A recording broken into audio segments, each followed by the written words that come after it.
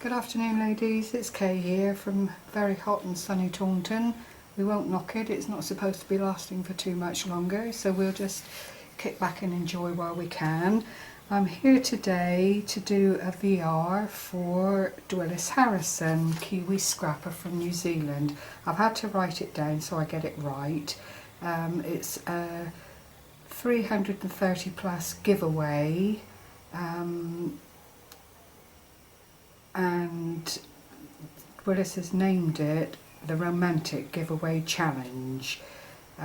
She is very clear on the expectations for the entrance. No one has to send anything to her, but obviously she's going to need VRs and filming of what you're planning to enter. It then comes down to people's choice for the favourite, plus Dwyllis's personal choice for favourites, and at the end of the day those will be the only ones that actually need to be sent to her in New Zealand. So it's a very clever way of getting people involved. You only have to post to Dwyllis if you're one of the lucky winners. There is also a second prize to this giveaway, which is generously been donated by Irene of Seriously Scrapping, who is in Australia. To gather all the more pertinent details, you will need to go to Dwyllis's channel, but you would need to be a subbie anyway to be accepted into the challenge.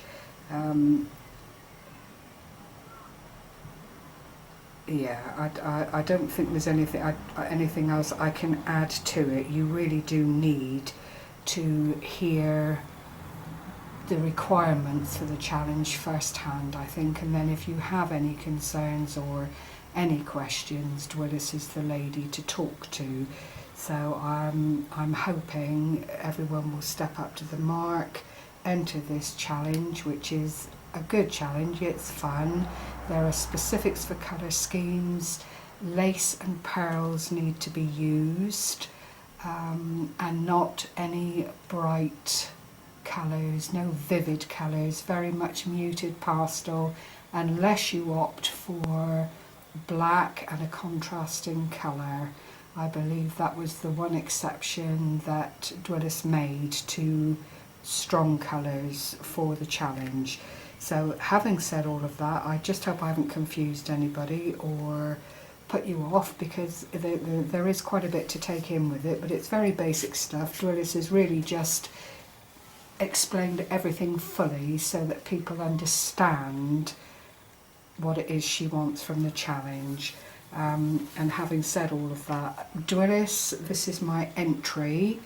I hope you like it. It had to be fairies in some respects, and also cherubs and that kind of thing as the main theme. So what I've done, Dwyllis, is made a cushioned heart, which I've backed onto hardboard and then lined and cushioned, put several layers of lace around the edge to give it a nice frilly flouncy feel. The centerpiece is a stamp that we have currently in the UK. It's actually a free stamp. Lavinia's is where the stamp, Lavinia's Stamps is the originator of the stamp, which I've put under a dome, and I've embellished with tiny little rhinestone type flowers. On this side there are purple hearts, all in keeping with the colours that I've tried to achieve on the backing paper for the stamp. So, and at the bottom here I've placed, sorry, I'm just seeing glue strands as I look down through, I've placed a handmade flower just to finish off the front. On the back I've actually done the back piece because it is a little album, if you like. I've not really done anything of this kind before, but I'm hoping it's acceptable. I've just lined it with material that was on the front. applied an applique generously given to me by Fiona Jennings, 644, and a little flat back pearl just to finish off the back. I've used a couple of these, what do you call them, binder rings, isn't it, to seal it all together. I've put lace around the back as well, just as a finisher, and on the side I've done a little dingle dangle with some of the laces and things that I've used inside, and I also altered a domino. I don't know if the camera will pick up this, but there's a fairy on the domino. I'm just looking at my film crew who's trying to tell me where to show you, which I've embossed with glossy accents to seal on the back. I've also covered the numbers and put a little bit of the lace that runs throughout the project on the back.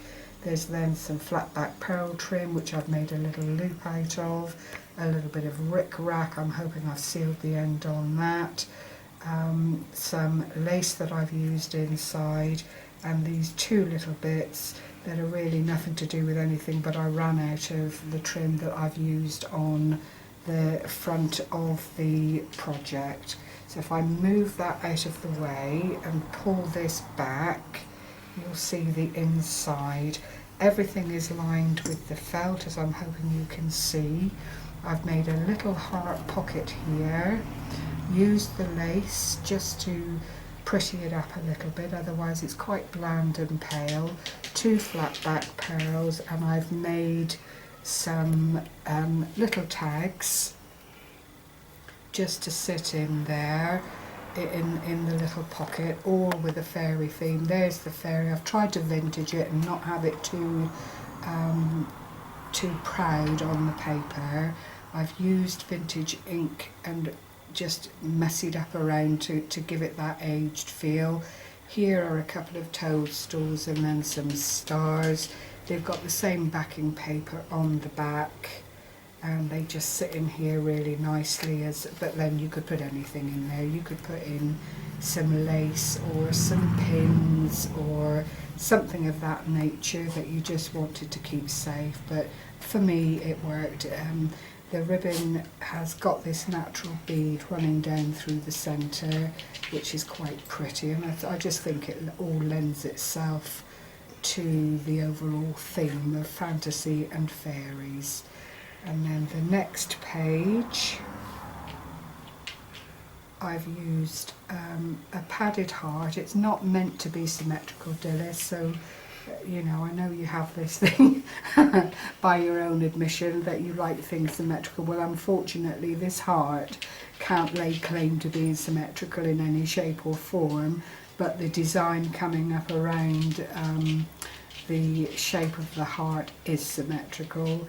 I've used eyelets to try and keep the felt material secure and safe, and I've handmade these stick pins. There are 2 of each, not a whole lot, but you know, Dwyllis, you can obviously, oops, I need to put that right, put more in if you want to, or indeed change them.